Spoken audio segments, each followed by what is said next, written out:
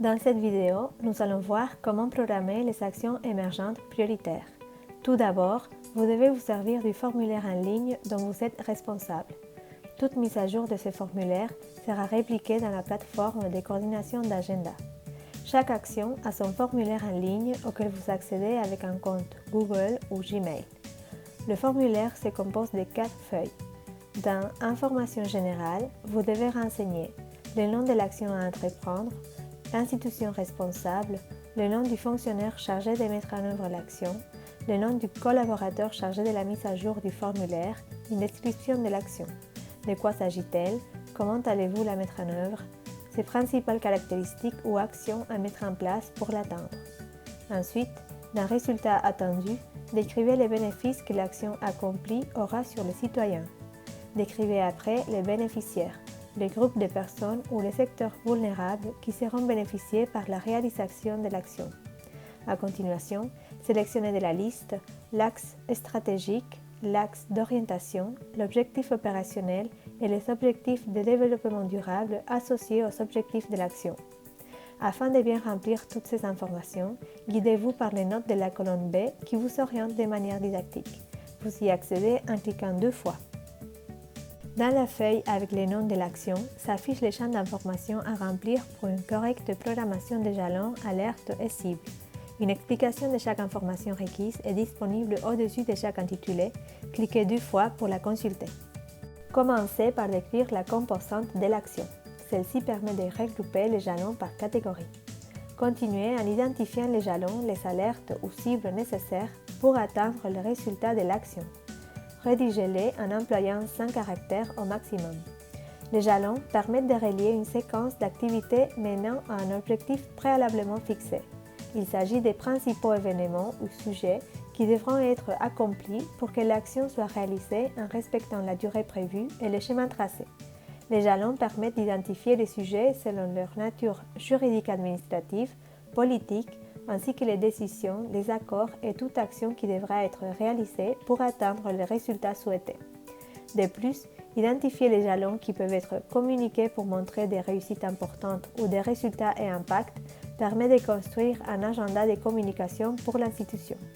Le suivi, l'assistance, les visites ou toute action régulière ne sont pas des jalons. Écrivez les jalons en infinitif. Par exemple, acheter le logiciel et l'équipement informatique.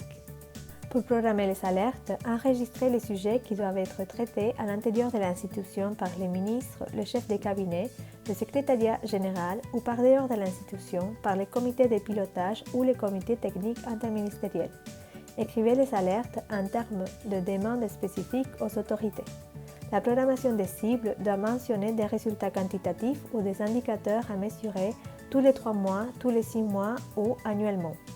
Dans la colonne Type, sélectionnez le type d'action que vous venez de programmer.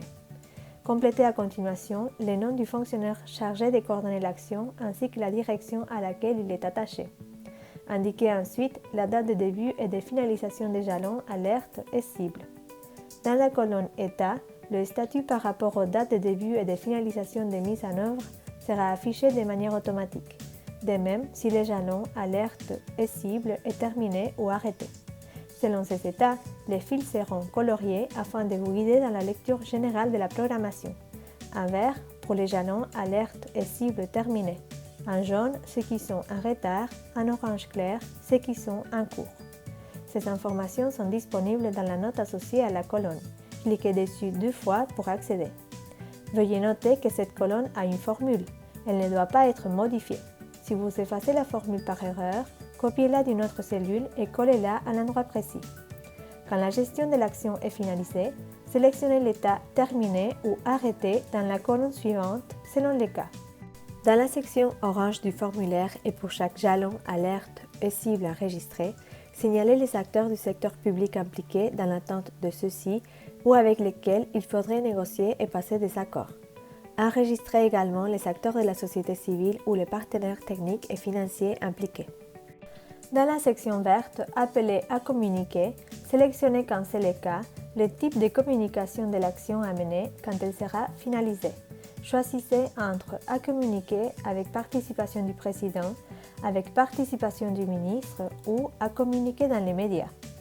Dans Localisation région, indiquez pour les actions qui ont été renseignées dans la colonne précédente à quelle région du territoire sont destinés les résultats bénéfiques de celle-ci. Écrivez l'information comme il est montré dans la note de rappel.